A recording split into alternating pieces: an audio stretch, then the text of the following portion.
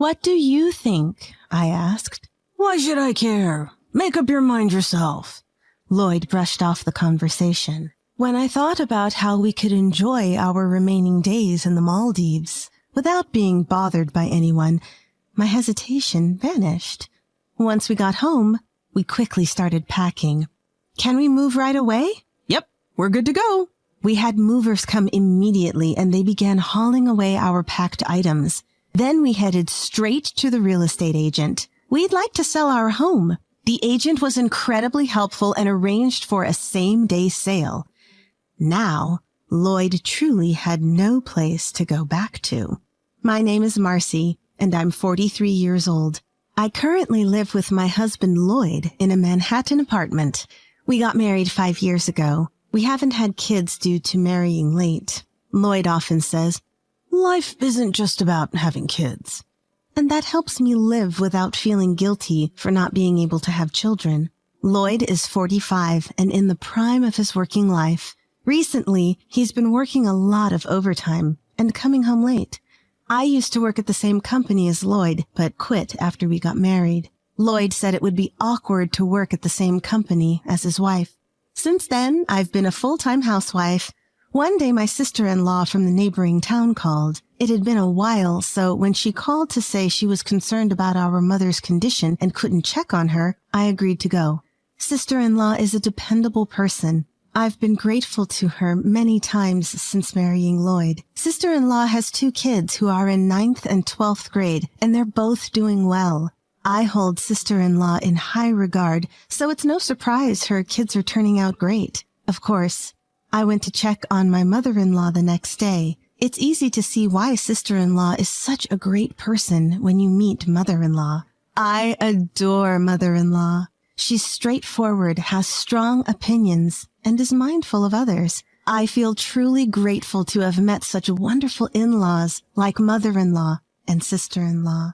When I arrived and entered their house, I was shocked. The place was a mess, full of clutter and trash. It looked like a hoarder's house. Something was clearly wrong, as mother-in-law is normally very neat. Mother-in-law was just sitting there, doing nothing, looking spaced out. I called out, "Mother-in-law?"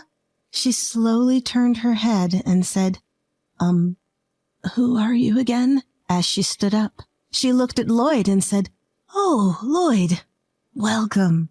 We were stunned. Concerned by the sudden change in mother-in-law, we quickly made a doctor's appointment for the next day. After several tests, the results came back. She had dementia. Moreover, she needed long-term care. We called sister-in-law to come to the house and discussed what to do next. Taking care of someone long-term means that we'd need to look after my mother-in-law indefinitely at her home.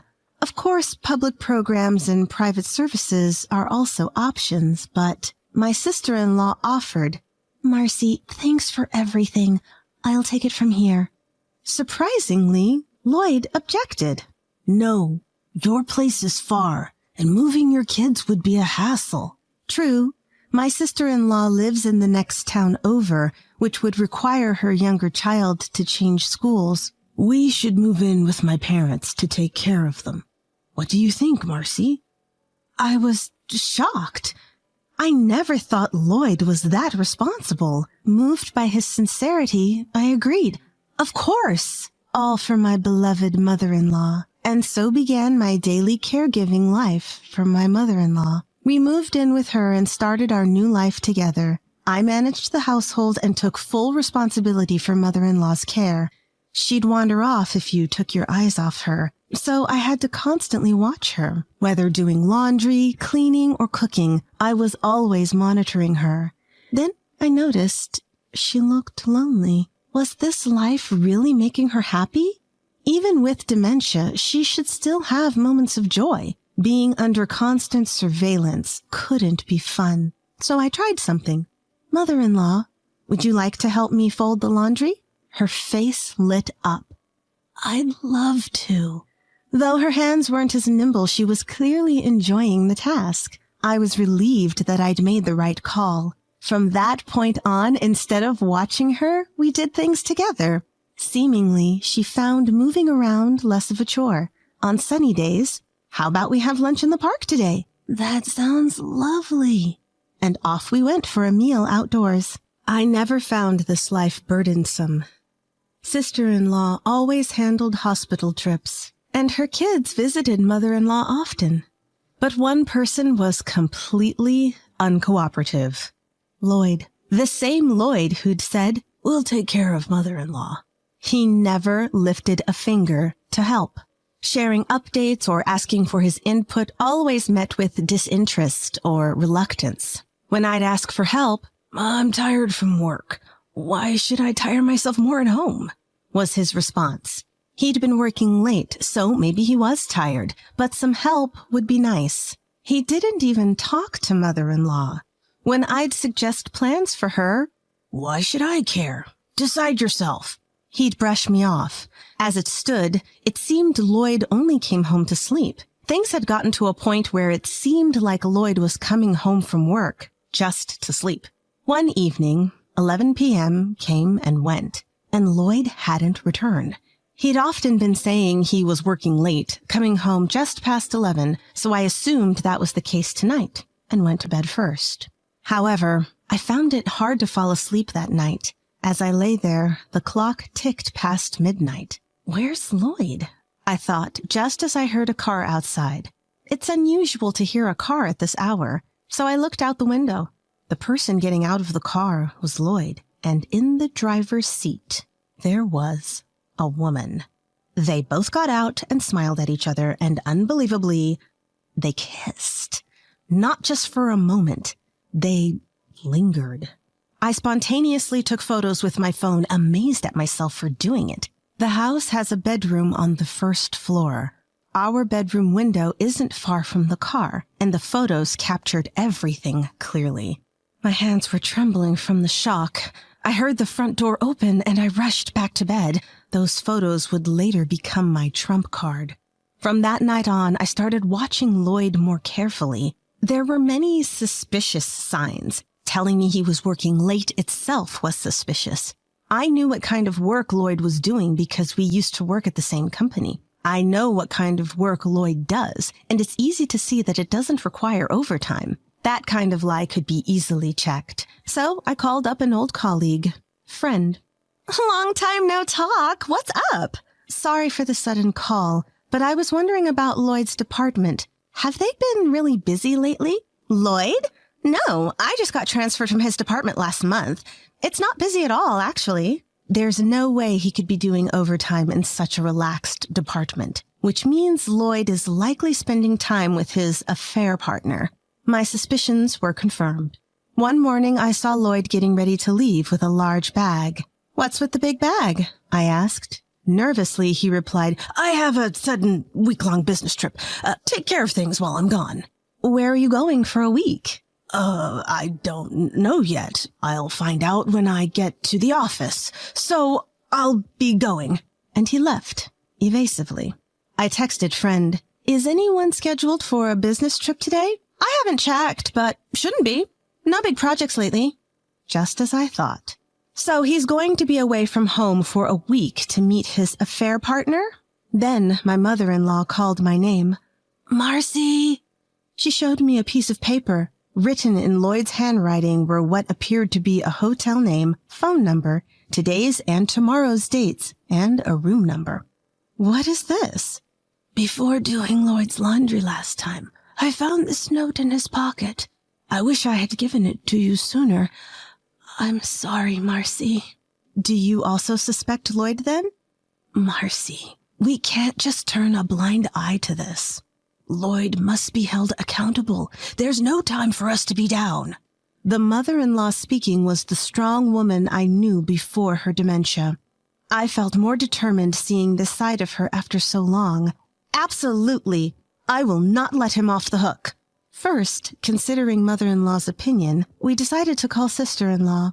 As soon as sister-in-law arrived, she said, "Marcy, I'm so sorry. My brother is an idiot for doing such a thing." "There's no need for you to apologize," I told sister-in-law as we planned our next moves. First, we checked the note and found out the location of the hotel.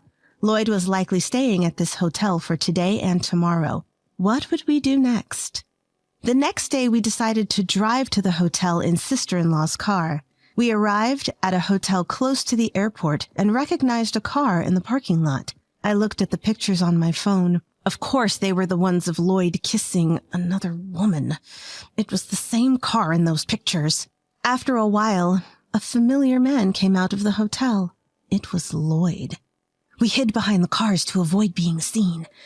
Soon after, a woman came out and cozily linked arms with Lloyd. As I captured the scene with my phone, I couldn't believe what I saw. Both mother-in-law and sister-in-law were speechless. There was a little boy, about 1 year old, with them. The child happily held Lloyd's hand. The three walk happily, and they all walked off looking like a happy family. The real wife, me, was the one capturing this scene. Feeling miserable was the least of my concerns. The three of them headed to the airport, leaving their car at the hotel. Once they arrived at the airport, they laughed and killed time before disappearing into a flight gate. The destination was the Maldives. There was no longer any reason to hesitate. Thinking about how Lloyd would spend the remaining days there without any disruptions. When we returned home, we immediately began packing. I called a moving company and asked, "Can we move out immediately?" "Yep, that's no problem." They came to help us pack, and we temporarily stored our belongings at sister-in-law's place. Next, we went straight to a real estate agent. "I want to sell my house." The agent was incredibly kind and expedited the selling process for us. Now Lloyd had no home to return to. The thought alone made me feel refreshed. Afterward, mother-in-law and I checked into a nearby hotel where we would stay for a while. With that settled, there was something I had to confirm. Could the child with Lloyd's affair partner be his? To find out, I decided to consult a lawyer and a private investigator. The results of the investigation became clear right away.